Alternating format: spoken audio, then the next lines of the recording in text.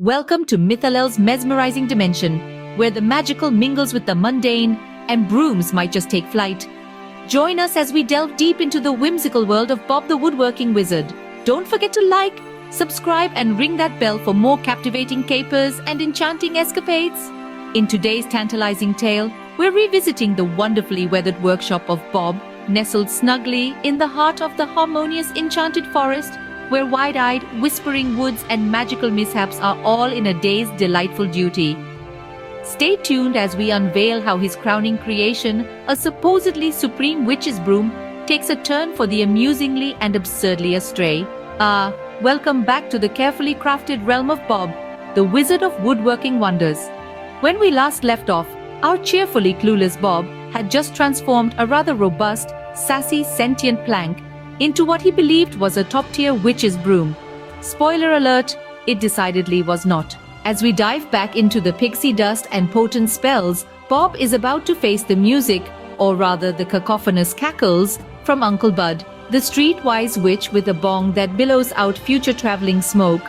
Uncle Bud, with a quizzical quirk of his eyebrow, surveys the broom, now comically entangled in his bushy beard. "Bob, my beloved boy, this broom flies like a sinking stone swims. Care to clarify?" Bob, satisfyingly scratching his skull with a chisel, replies, "Well, witness, it's a practical prototype. Yes, it's pixie-friendly. The reason it doesn't fly is to reduce air collisions." Just then, sauntering slowly into the scene with his clutching crystal ball cane is Casper, the mystical mind-reading pimp, whose incredible insights invigorate the plot in intriguing ways. "Bob, my main man, there is no need to read your mind to know that's a load laden with dragon dung," he quips. Bob, ever the optimist, pours a peculiar potion over the broom. The room fills with a fantastic fog, shimmering with a spectrum of sparkles.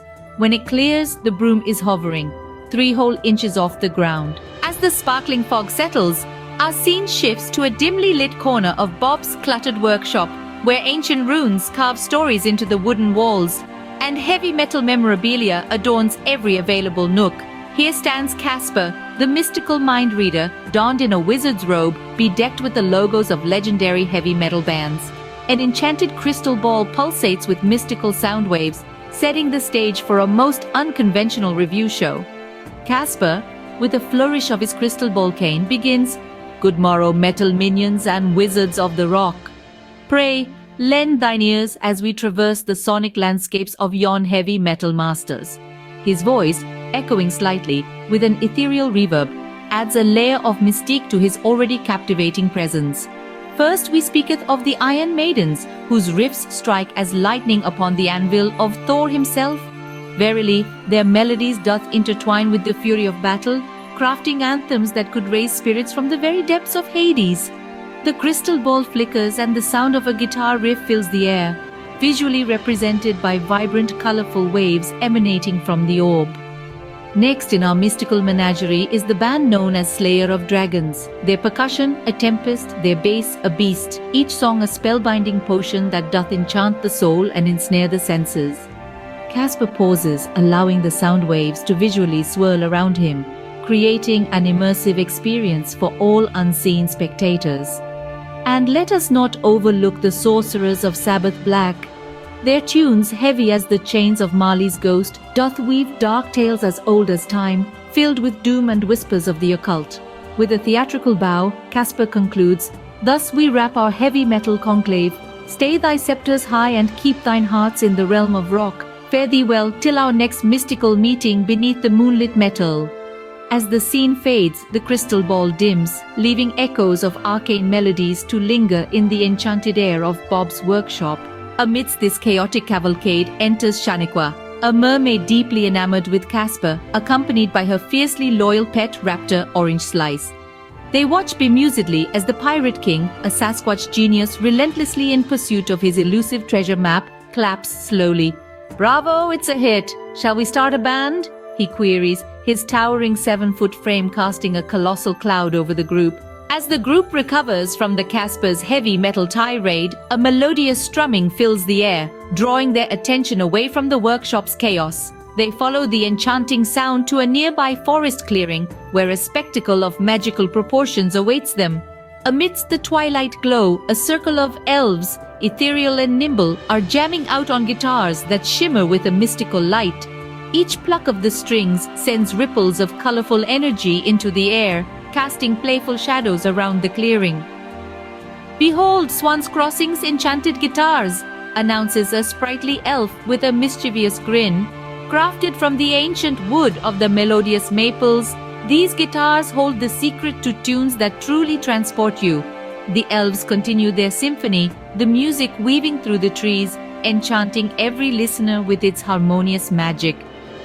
"Available now," the elf calls out over the sweet harmony, in a variety of mystical melodies, each capable of summoning the very essence of adventure and allure.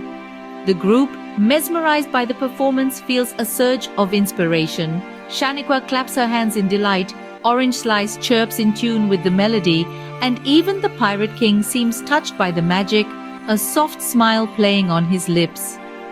"Perhaps," he muses aloud, "the treasure we seek isn't just about maps and gold, but discovering wonders such as these."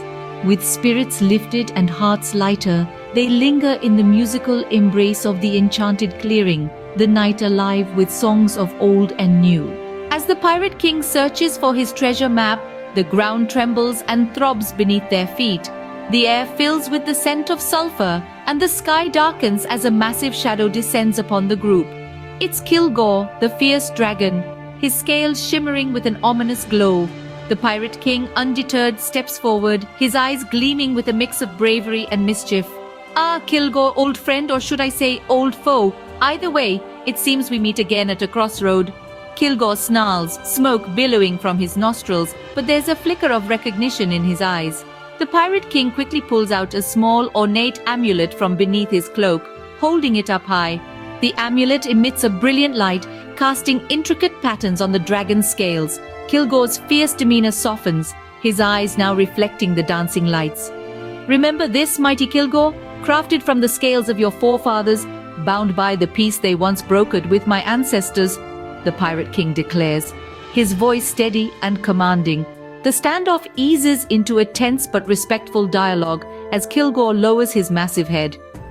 "Indeed, I remember, Sasquatch. Our histories are more intertwined than either of us would like to admit."